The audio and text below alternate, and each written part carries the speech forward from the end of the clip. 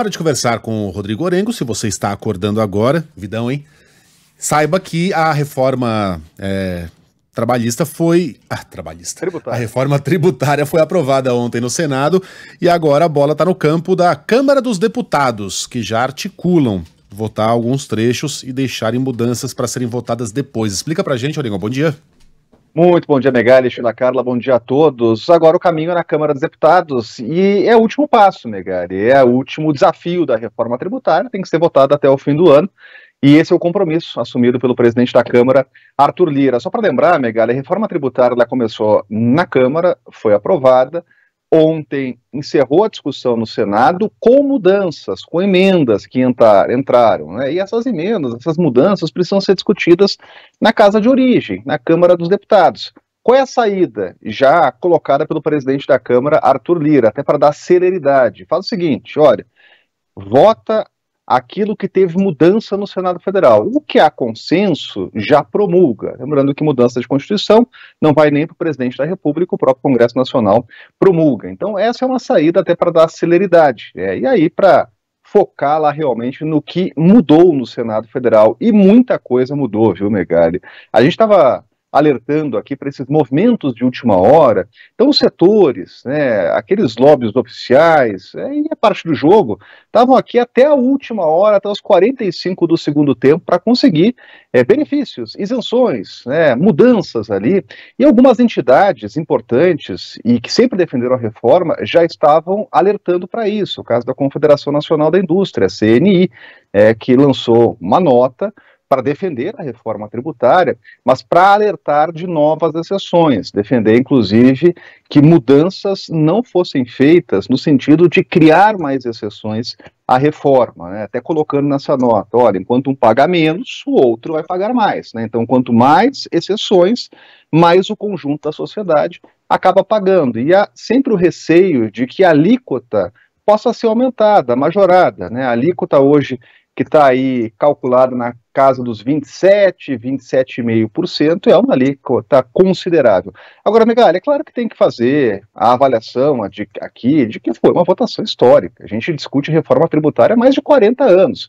E aí aquela coisa da discussão política, né? Tem a reforma ideal e a reforma possível, a viável. Então, concessões foram feitas de última hora para setores importantes que têm peso no Congresso Nacional para que a reforma fosse aprovada, porque senão não seria aprovada.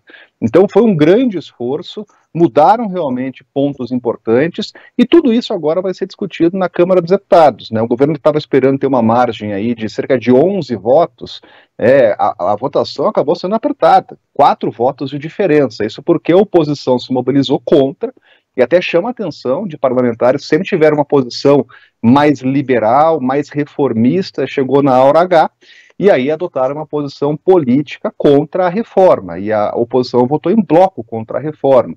A gente até notou a volta daquela polarização, o presidente Lula assumindo a articulação, chamando os senadores para votar a favor da reforma, fez até uma reunião no Palácio Planalto, e o ex-presidente Jair Bolsonaro também entrou no jogo.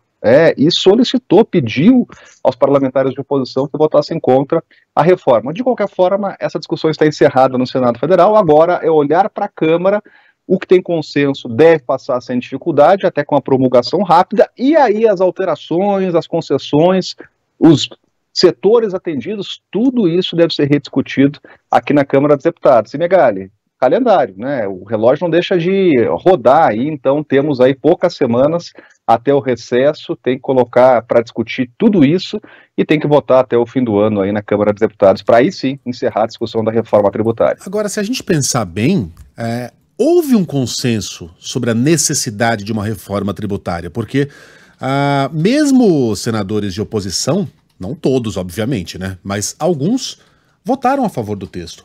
E os que não votaram, por exemplo, a gente tem 10 senadores do PL. Vocês acham que essa gente votou por convicção?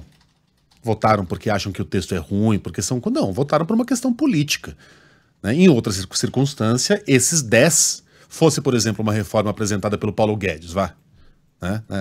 A Damares não votaria a favor? Sérgio Moro votaria contra? Marcos Duval se posicionaria contra? Claro que não.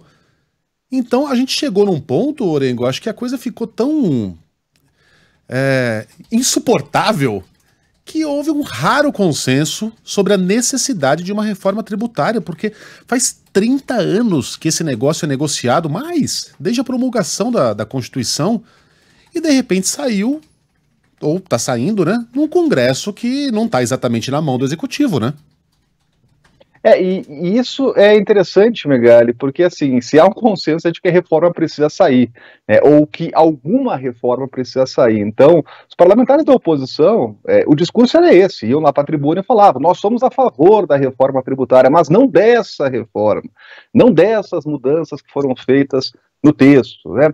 E no fundo, virou, claro, uma discussão política, né? Quando você volta a ter os protagonistas aí da polarização, né? De um lado o presidente Lula assumindo pessoalmente a articulação, e de outro o ex-presidente Jair Bolsonaro, né? Articulando, pedindo votos contra a reforma, claro que entrou ali num contexto político, né?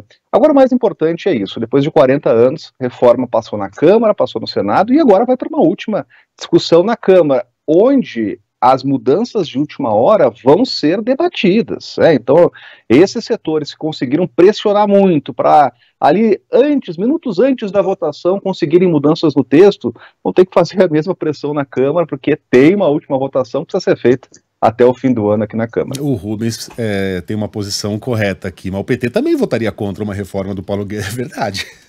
Fosse exatamente o mesmo texto da reforma que passou ontem. Eu não gosto de comentar sobre o que não aconteceu, mas tem algumas coisas que a gente tem convicção, né, que ocorreriam. Se bobear, iam até o STF para barrar o negócio.